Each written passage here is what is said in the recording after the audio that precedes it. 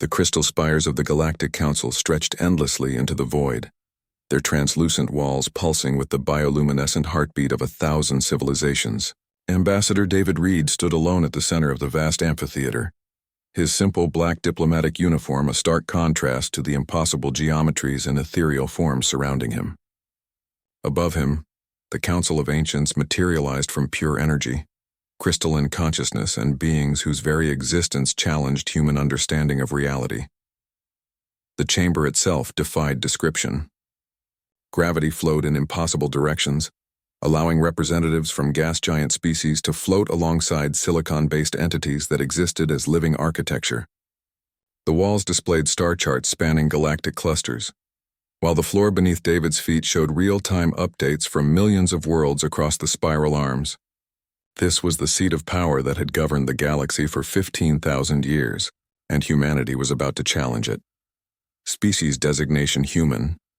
The Prime Arbiter's voice resonated through dimensions that made David's inner ear ache. Planet of origin Terra, locally designated Earth. You stand accused of attempting to claim the eternal blade of Vorthak, a sacred artifact that has rejected every worthy soul for 7 millennia.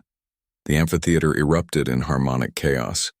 Thousands of alien voices expressed outrage in languages that predated stellar formation. Crystalline beings chimed like wind through mountain peaks, while energy creatures pulsed with colors that had no names in any human language.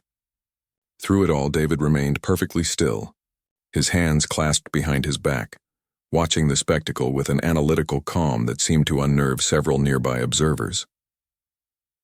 Furthermore, continued the hegemon of the Spiral Coalition, a towering entity whose body appeared to be constructed from living metal, your species has violated the sacred compact of non-interference. The blade was meant to remain untouched, a monument to ancient wisdom. David had been preparing for this moment since receiving the emergency transmission from Earth 3 days ago. Dr. Lisa Morgan had done the impossible and claimed the weapon that had rejected every species in galactic history. Now it fell to him to explain humanity's actions to the most powerful governing body in known space. Honored arbiters, David said, his voice carrying clearly through the vast chamber despite its conversational tone. I believe there may be a fundamental misunderstanding about human nature that's relevant to these proceedings. A ripple of what might have been amusement passed through the energy beings of the inner circle. The hegemon's multiple optical sensors focused on David with laser precision. Enlighten us, primitive. David smiled, an expression that somehow managed to be both respectful and predatory. Humans have a concept called practical problem solving. When faced with an impossible situation, we don't accept impossibility as an answer. We look for alternative approaches. The translation matrices throughout the chamber flickered as they processed the linguistic nuances. David continued with deliberate precision. For 7,000 years, every species that approached the eternal blade did so with reverence, with the assumption they needed to be chosen to prove their worthiness. But humans operate under a different philosophy, which is, demanded the Prime Arbiter, its energy form flaring with colors that indicated intense focus. If something needs to be done, and traditional methods fail, you try unconventional methods. Dr. Morgan didn't approach the blade seeking blessing or divine approval. She approached it as a problem to be solved. The chamber fell silent except for the ambient hum of the facility's massive energy systems. The implications of David's words were sinking in across thousands of alien minds, each processing the concept through their own cultural frameworks. You admit to theft of a sacred relic? The hegemon asked, its metallic voice carrying undertones of disbelief. I admit that when Earth received your ultimatum to surrender our colonial territories or face extinction, we realized we needed to level the playing field. The blade wasn't choosing anyone because it was designed for a different kind of species entirely.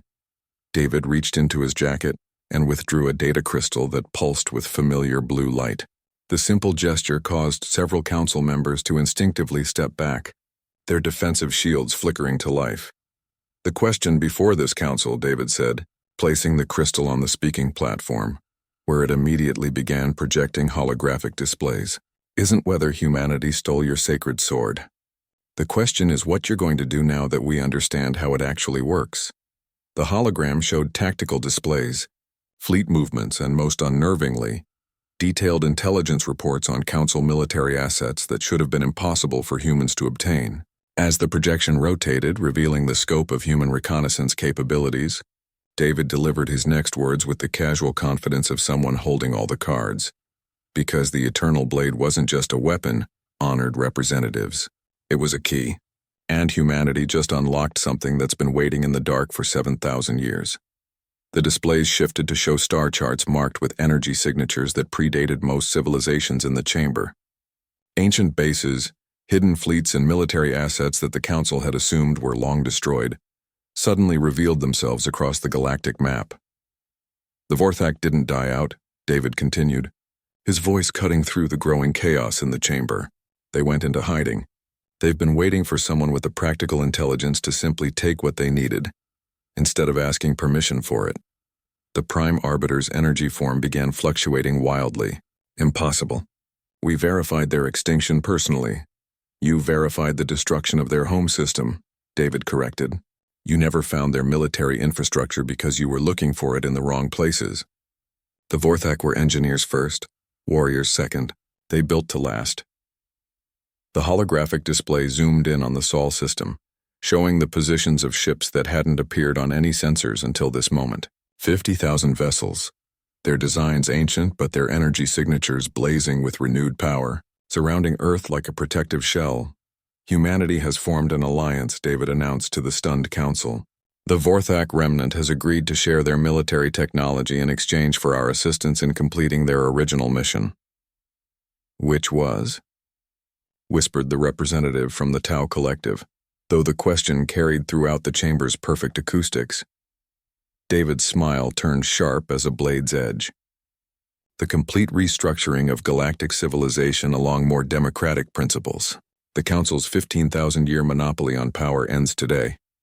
The chamber erupted in chaos as representatives from 1,000 worlds began shouting simultaneously.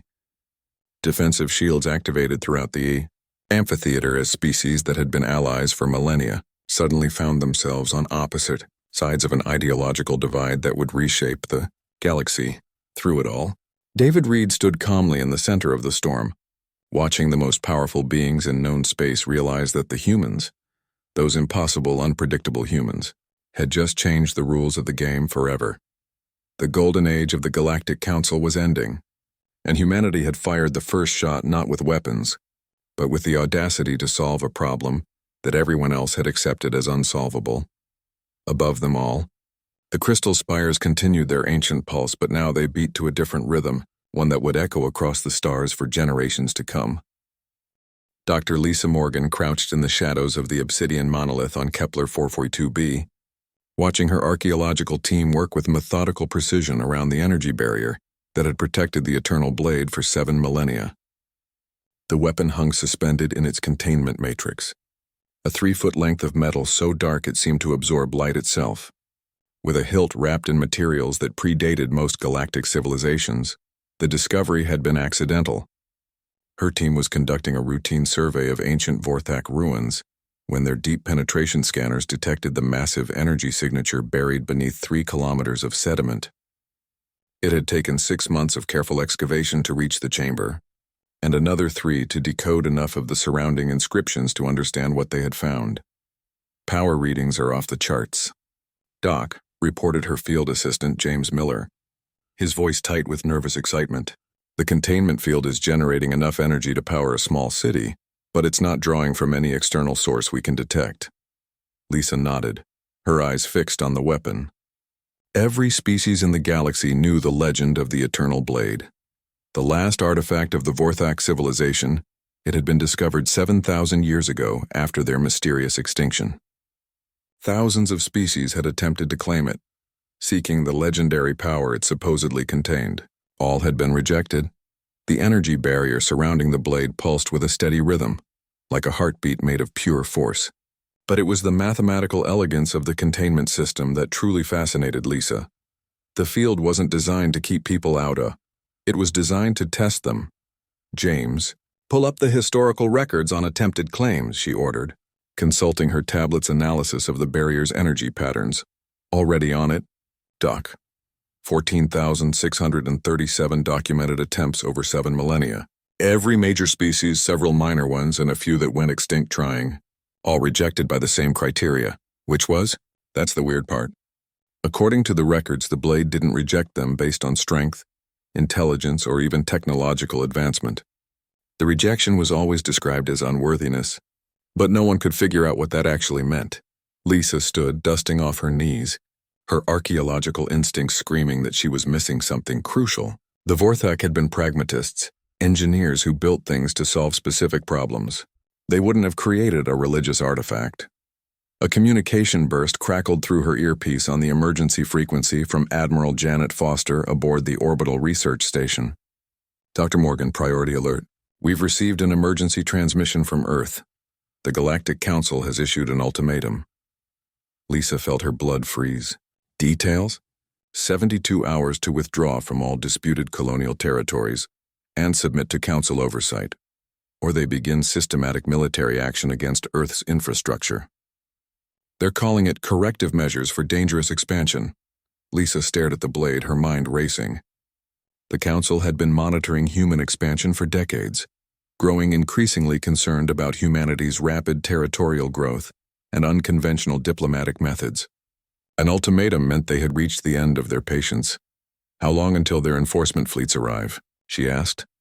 Best estimates put the nearest Council armada at 6 days out from Earth. But Doc, they're not sending occupiers. Intelligence suggests this is an extermination fleet. The implications hit Lisa like a physical blow. The Council didn't conquer species they deemed too dangerous. They eliminated them. Humanity had perhaps a week before facing the combined military might of 15,000 years of galactic civilization.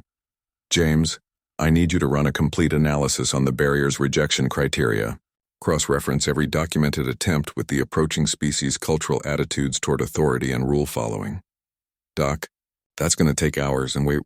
Do it, Lisa interrupted, her mind already working through possibilities, and pull up everything we have on Vorthak military philosophy.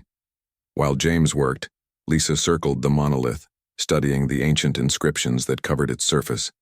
The Vorthak language was notoriously complex, but certain patterns were becoming clear. References to those who take versus those who ask. Mentions of practical necessity over spiritual readiness. 25 minutes later, James's excited voice crackled through the comm. Doc, you're not going to believe this. Every single species that attempted to claim the blade approached it as a religious experience. They came seeking divine approval, spiritual worthiness, cosmic blessing. But the Vorthak weren't religious, Auk, they were military engineers. Lisa was already moving toward the energy barrier, her equipment scanner in one hand and a plasma torch in the other. The containment field of Rohr, could it be disabled from outside? Theoretically, yes, but the power surge would alert every monitoring station from here to the galactic core. The energy backlash would Lisa stopped listening. She stood before the shimmering barrier, studying the mathematical precision of its construction. A wild thought was forming in her mind, dangerous, audacious, and completely human in its directness. James, what if the barrier isn't meant to keep people out? What if it's meant to identify people willing to break the rules? Before he could respond, Lisa activated the plasma torch and drove it directly into the containment matrix. The barrier shrieked like a living thing. Reality warped around the point of contact, and every alarm system on the planet began screaming in harmonic discord. The energy field collapsed in a cascade of brilliant light, and the eternal blade fell silent in its magnetic cradle. Lisa reached out with steady hands and grasped the ancient hilt. The moment her fingers touched the metal, knowledge flooded her consciousness like a dam burst. Star charts spanning the galaxy, weapons technologies that made current Council arsenals look primitive, military strategies refined over millennia of conflict, and underneath it all a voice that might have been her own thoughts or something infinitely older and angrier. Finally, the voice whispered through her mind, someone with the intelligence to simply take what they need instead of begging for permission. The knowledge came in waves. The Vorthak hadn't been extinct for 7,000 years. They had been in hiding, waiting for someone practical enough to claim their legacy. Their fleets still existed, scattered throughout the galaxy in hidden bases, their crews in suspended animation, their weapon systems maintained by automated systems that had been running for millennia. Doc, are you all right? James's voice seemed to come from very far away. Lisa looked down at the blade in her hands, feeling the weight of 7,000 years of preparation and patience. James, send an immediate transmission to Earth. Tell them Dr. Lisa Morgan has successfully claimed the Eternal Blade of Vorthak, and that humanity now has access to the largest hidden military force in galactic history. What does that mean? Lisa smiled, and something ancient and fierce looked out through her eyes. It means the Galactic Council made a serious miscalculation when they threatened Earth. They thought they were dealing with an upstart human colony that needed to be put in its place. She lifted the blade, and its surface began to glow with internal fire, as dormant systems across the galaxy received their activation signals. What they're actually dealing with is the resurrection of the most dangerous military civilization in galactic history, allied with a species crazy enough to break into their tomb and wake them up. Around the archaeological site, klaxons wailed and emergency beacons lit up the alien sky. But Lisa Morgan stood calmly in the center of the chaos, holding a weapon that connected her to 50,000 warships and an empire that had been waiting 7 millennia for someone bold enough to claim their inheritance. The war for humanity's survival was about to begin, and they had just gained an ally that the Galactic Council thought was safely dead and buried. The War Council aboard Earth Defense Station Phoenix consisted of humanity's finest military minds, but none of them could process what Dr. Lisa Morgan was telling them. The Eternal Blade of Vorthak lay on the central conference table, its dark metal surface reflecting the harsh overhead lights while somehow seeming to absorb them at the same time. You're saying the weapon is communicating with you directly? Admiral Janet Foster leaned forward, her weathered face creased with disbelief. That's not how ancient artifacts typically function, Doctor. Lisa nodded, her eyes still adjusting to the constant stream of information flowing through her mind from the blade's neural interface systems. Not communicating or integrating. The Vorthak didn't build a sword, Admiral. They built a command and control network that happens to be sword-shaped. General William Carter, Earth's chief strategic coordinator, gestured at the holographic star maps floating above the table. These tactical assessments you've provided show us fighting enemies with technology centuries ahead of our own. How do we know this isn't some elaborate council trap designed to feed us false intelligence? Because, Lisa said, lifting the blade slightly to interface with the station's computer systems, the Vorthak fought the same enemy we're about to face. The Galactic Council isn't a governing body, it's a military dictatorship that's been suppressing technological innovation for 15,000 years.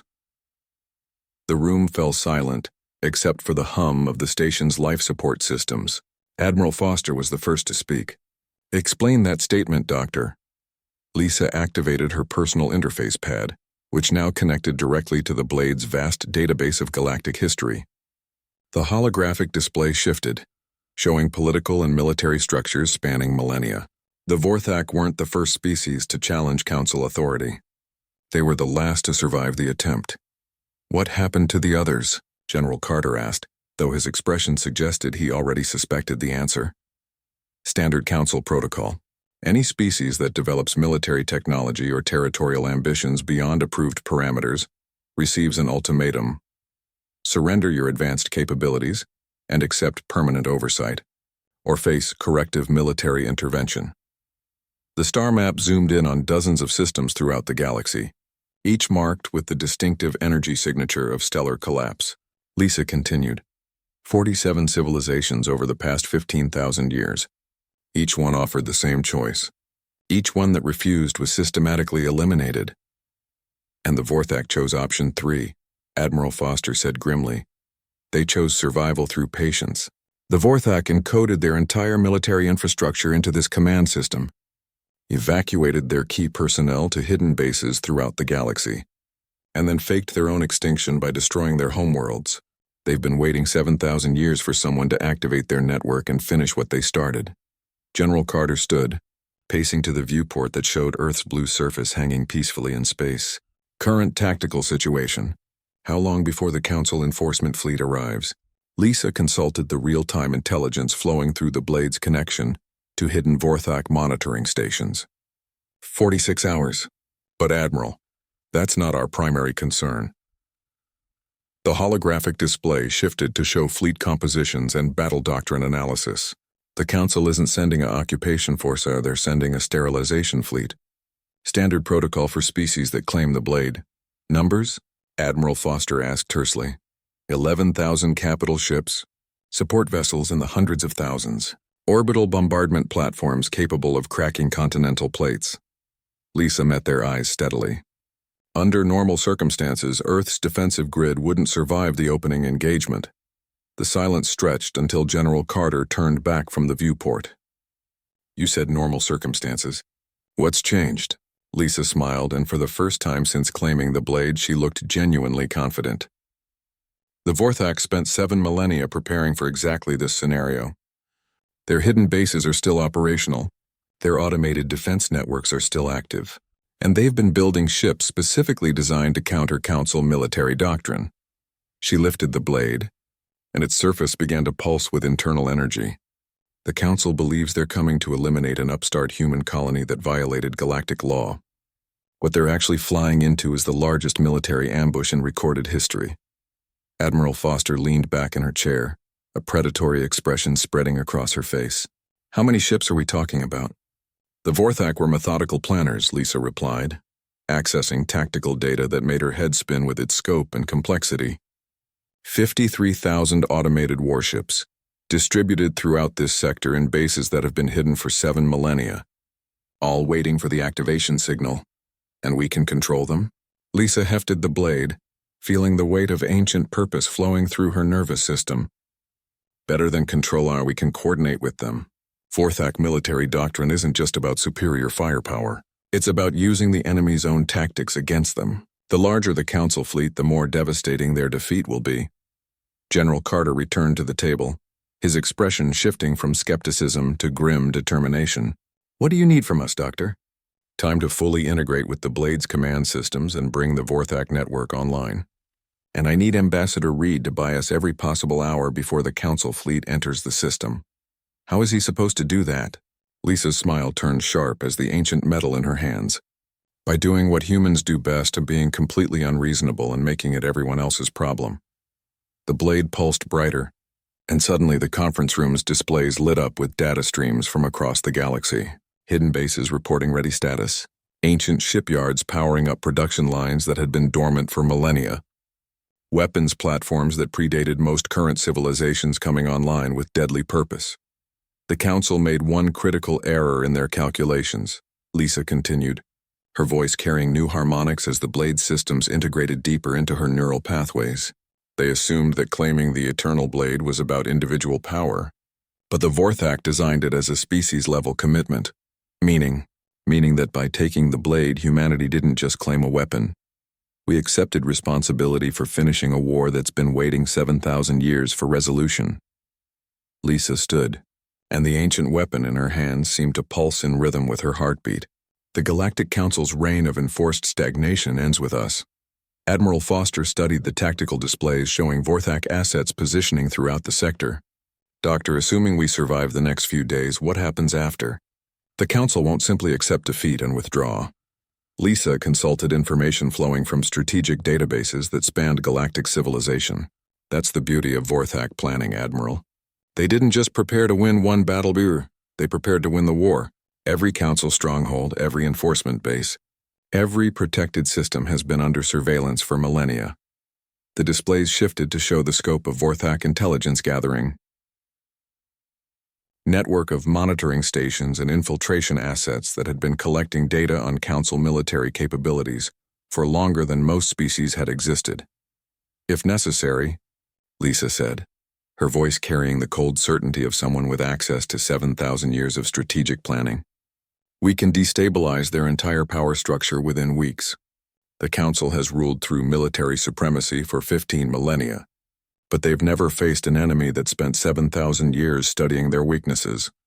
General Carter looked at the weapon in Lisa's hands with new respect. When do we begin? Lisa Morgan smiled, and something ancient and patient looked out through her eyes. General, we began the moment I claimed this blade. The Vorthak have been preparing for this day since the Council forced them into hiding. Now it's time to show the galaxy what happens when you threaten a species crazy enough to wake the dead and convince them to fight alongside us. The war for humanity's freedom was about to begin, and they had just gained the most dangerous ally in galactic history. The Galactic Council Armada emerged from hyperspace at the edge of the Sol system, like a swarm of metallic locusts. their ships stretching across space in formations that had conquered 1,000 worlds. Aboard the flagship Eternal Judgment, Fleet Commander Zexhai of the Crystal Hegemony studied the tactical displays with growing confusion that rippled through his crystalline nervous system. Sensor analysis confirms these readings. Fleet Commander, reported his tactical officer, a biomechanical hybrid whose optical arrays pulsed with bioluminescent uncertainty. The humans appear to have made no defensive preparations beyond their existing orbital platforms. No fleet mobilization, no evacuation of population centers, no expanded shield grids. Zexhai's primary consciousness nodes flickered with patterns that indicated deep concern. In 12,000 years of Council enforcement actions, he had never encountered a species that simply waited for their extinction. It violated every known pattern of survival behavior. Communications establish contact with the human leadership. Perhaps they require clarification of their situation. The response came within seconds, far too quickly, as if they had been monitoring council frequencies and waiting for contact. The human who appeared on the command screen was an elderly female in military uniform, her expression unnaturally calm given the circumstances. Fleet Commander Zexhai, Admiral Janet Foster said, somehow pronouncing his name correctly despite the harmonic complexities his species required. Welcome to the Sol system. We've been monitoring your approach. I am certain you have, Zexhai replied, his translator struggling with the concept of human casual conversation in the face of overwhelming military force. I trust you have reconsidered your position regarding the stolen artifact and your illegal territorial expansions? We've definitely reconsidered our position, Admiral Foster agreed with a tone that made Zexhai's tactical subroutines flash warning signals. In fact, we'd like to discuss terms before you begin your assault. The time for negotiation concluded when your species violated the sacred compact. You will surrender the Eternal Blade and submit to Council judgment, or your world will be classified as a galactic threat and sterilized accordingly. Admiral Foster nodded as if this was exactly what she had expected to hear. Fleet Commander, before you commence your attack, I wonder if you'd indulge a tactical question from a fellow military professional. Despite his better judgment, Zexhai found himself curious about human military thinking. Proceed. In your operational planning, did Council strategic analysis factor in the possibility that the Vorthak might not actually be extinct? The question struck Zexhai's consciousness like a resonance weapon. The Vorthak destroyed themselves 7 millennia ago rather than face Council justice. Their home systems are dead zones of radiation and stellar debris. Their home systems, yes, Admiral Foster agreed pleasantly, but military assets are a different matter entirely. Tell me, Fleet Commander, how thoroughly did the Council investigate the possibility of hidden bases, automated shipyards, or suspended animation facilities? Zexhai's sensor officer suddenly began flashing urgent alarm patterns. Fleet Commander, I'm detecting massive energy signatures appearing throughout the system. They're not matching any known vessel configurations. The designs appear to predate most galactic civilizations. On the tactical display, red icons began materializing by the dozens, then hundreds, then thousands. Ancient ships, their hull configurations matching historical records of Vorthak military vessels, emerging from concealment fields that had hidden them longer than some species had existed. Impossible, Zexhai whispered, his consciousness fragmenting across multiple probability matrices. The Vorthak are extinct. We confirmed their destruction personally. Admiral Foster's image smiled with an expression that contained no warmth whatsoever. Fleet Commander, I think you're about to discover the difference between extinct and strategically dormant. The Vorthak didn't destroy themselves, or they implemented the longest military deception in galactic history. The communication screen flickered, and suddenly Admiral Foster was joined by another figure, a human female holding a weapon that made every instinctive survival protocol in Zexhai's neural network scream danger warnings. The Eternal Blade of Vorthak pulsed with energy that registered on sensors as older than recorded civilization. Greetings, Council Enforcement Fleet, Dr. Lisa Morgan said, her voice carrying harmonic frequencies that bypassed translation systems entirely. I am Lisa Morgan, current bearer of the Eternal Blade, acting coordinator of the Vorthak Continuity Network, and humanity's representative in these proceedings. The tactical display now showed the Council fleet completely surrounded by Vorthak, vessels in a formation pattern that made retreat impossible, without catastrophic losses. Worse, the energy readings indicated these weren't museum pieces or archaeological curiosities. They were fully operational warships with active crews and weapon systems that predated current Council technology. You have two options, Dr. Morgan continued, consulting information that seemed to flow directly from the blade into her consciousness. Option 1. You withdraw from the Sol system immediately, acknowledge humanity's sovereign right to exist, and never return. Option 2. We demonstrate why the Galactic Council spent 7,000 years ensuring this weapon remained inactive. HFY stared at his tactical assessment, his crystalline mind processing the implications of 53,000 enemy vessels appearing from concealment in perfect attack formation. This is not possible. Our intelligence networks would have detected such massive military assets.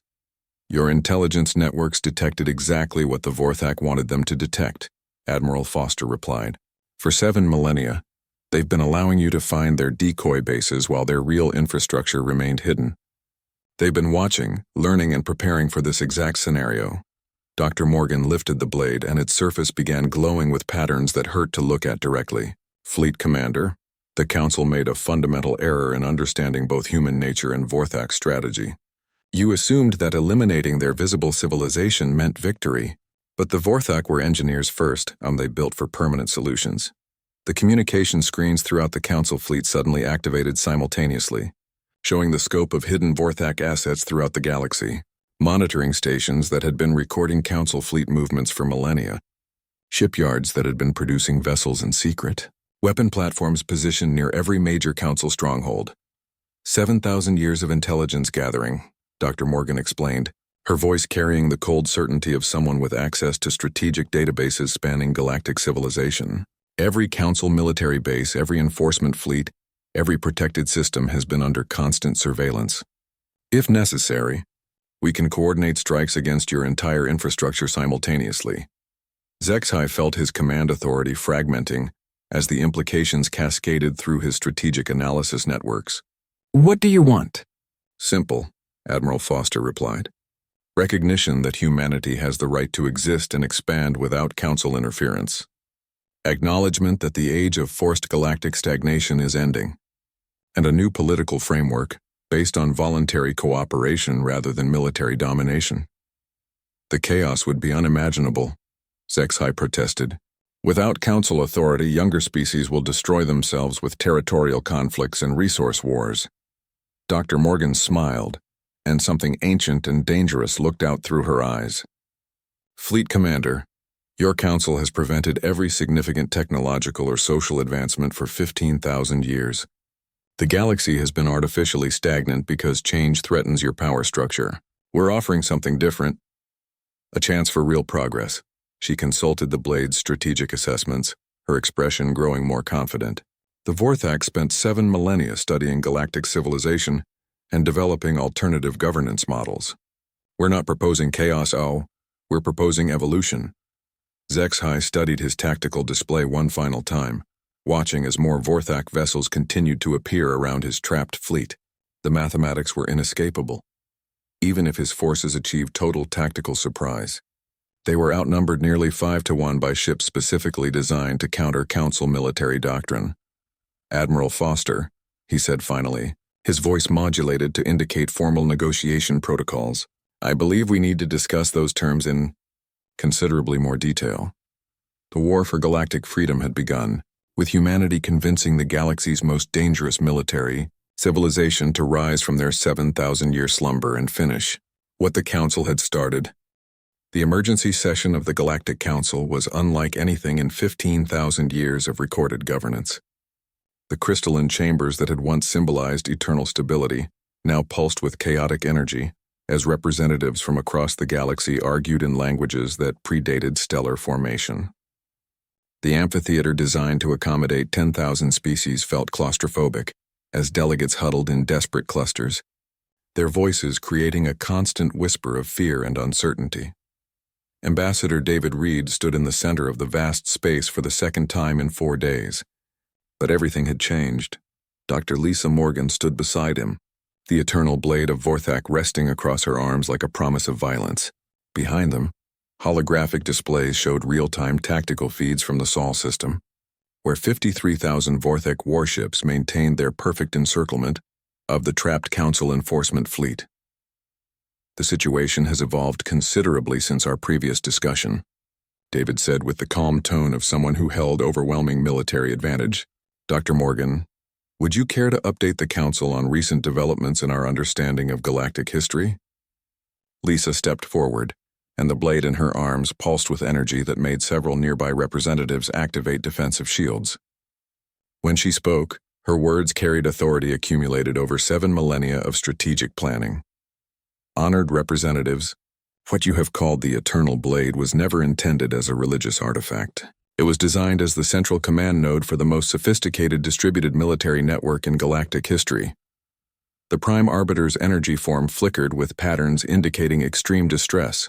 The Vorthak civilization was eliminated 7,000 years ago. We verified their extinction through direct observation of stellar destruction. You verified the elimination of their civilian population, Lisa corrected, accessing real-time intelligence from hidden monitoring stations throughout the galaxy. Their military infrastructure was evacuated to concealed bases before you arrived. They have been systematically observing Council operations and developing countermeasures for 70 centuries. To what end? Demanded the hegemon of the Spiral Coalition, his metallic form radiating hostility. Lisa consulted the strategic databases flowing through her consciousness, then looked up with grim satisfaction. The complete dissolution of the Council's monopoly on galactic governance and the establishment of a new political framework based on voluntary association rather than enforced submission. The chamber erupted in harmonic chaos as representatives from hundreds of worlds began shouting simultaneously. The mathematical certainties that had governed galactic civilization for millennia were crumbling as the implications settled over the assembled species. You are proposing the destruction of 15,000 years of stable civilization, accused the energy being who served as the Council's military coordinator. We are proposing the evolution of a stagnant system that has suppressed innovation and eliminated any species that threatened the established order, David replied. The current structure assumes that ancient civilizations should dictate policy to younger species indefinitely. Humanity suggests a more democratic approach. The resulting chaos would tear the galaxy apart, the Prime Arbiter protested. Without central authority, without the wisdom of elder species to provide guidance, younger civilizations will destroy themselves through warfare and resource conflicts. Lisa smiled, and the expression carried something older than human civilization. With respect, Prime Arbiter, your wisdom has created a galaxy where technological advancement is forbidden, territorial expansion is criminalized, and any species that develops beyond approved parameters faces systematic elimination. The Vorthak documented 47 such extinctions over the past 15 millennia. She lifted the blade slightly, and every holographic display in the chamber shifted to show intelligence assessments that spanned galactic civilization. The Council maintains power through military supremacy and the threat of extinction. That system ends today. The displays revealed the scope of Vorthak preparation, worn monitoring stations positioned near every Council stronghold, automated shipyards that had been producing vessels in secret, weapons platforms capable of coordinating simultaneous strikes against the entire Council infrastructure.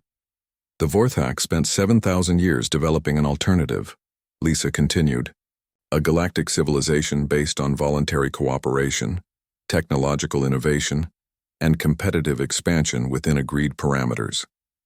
They called it the democratic spiral law, a political structure that encourages growth rather than suppressing it. And if we refuse to accept this new paradigm, the hegemon asked, though his posture suggested he already understood the answer. David gestured to the tactical displays showing the trapped Council fleet. Then Fleet Commander Zexhai and 11,000 Council vessels provide the first demonstration of what happens when an irresistible force meets an immovable bureaucracy. But that would only be the beginning. The displays shifted to show Vorthak assets positioned throughout the galaxier bases hidden in asteroid fields, ships concealed in nebulae, weapons platforms disguised as natural phenomena. The network was vast beyond comprehension, covering every major star system and trade route in Council space. The Vorthak prepared for total war, Lisa explained. If forced, They can destabilize every council stronghold simultaneously while protecting aligned species from retaliation. Your 15,000-year empire could collapse within weeks. The silence that followed was broken by an unexpected voice. The representative of the Centauri Federation, a collection of worlds that had chafed under council restrictions for centuries. What guarantee do we have that this new system will not simply replace council authority with human authority? David and Lisa exchanged glances, and something passed between them that transcended mere strategic coordination. None whatsoever, David answered honestly. That is precisely the point. In a galaxy of equals, no single species can maintain absolute power indefinitely. Dominance will shift based on innovation, cooperation, and merit rather than ancient privilege. Lisa nodded. The blade does not offer humanity control of galactic civilization. It provides the tools to shatter existing control structures and allow natural political evolution. The result might be better than the current system. It might be worse. But it will definitely represent genuine change rather than enforced stagnation. The Prime Arbiter's energy form began pulsing with slow, deliberate patterns indicating deep consideration. You would risk civilizational chaos for the possibility of improvement? Honored Arbiter, David replied. Humanity has been risking chaos for the possibility of improvement since we first developed interstellar travel and discovered we were not alone. Evolution requires risk. The hegemon was the first to formally respond. If the Council were to accept this transition, what would be the specific terms? Lisa accessed the Blade's comprehensive databases of political and military strategy. Gradual dissolution of enforcement fleets over a 10-year period. Establishment of voluntary mutual defense agreements between interested species. Creation of a new interspecies assembly based on consensus building, rather than hierarchical authority. And most critically, a binding commitment that no civilization will ever again face extinction for exceeding approved development parameters. The Vorthak fleet returns to their hidden bases and maintains their watch. They waited 7,000 years for this opportunity. They can wait another 7,000 to ensure the new order establishes stable roots. The negotiation continued for 8 hours, but the outcome was inevitable. When faced with the choice between evolution and extinction, even ancient civilizations chose adaptation. The Galactic Council formally dissolved itself 6 days later, and the Treaty of Sol established the framework for what historians would later call the Third Galactic Era. David Reed returned to Earth as humanity's first ambassador to the Democratic Spiral Assembly. Dr. Lisa Morgan retained custody of the Eternal Blade and established the Vorthak Strategic Institute, training representatives from dozens of species in advanced political and military theory. And throughout the galaxy, 53,000 ancient warships settled back into their patient vigil, ensuring that no single species would ever again hold absolute power over the stars. The galaxy had learned that underestimating humanity carried severe consequences. But perhaps more importantly, humanity had learned about the responsibilities that accompanied revolutionary change, and the weight of promises that could reshape civilizations. The Eternal Blade rested in its new facility on Luna, no longer a weapon of conquest but a reminder that the most profound transformations come from those with the audacity to challenge systems that claim to be unchangeable.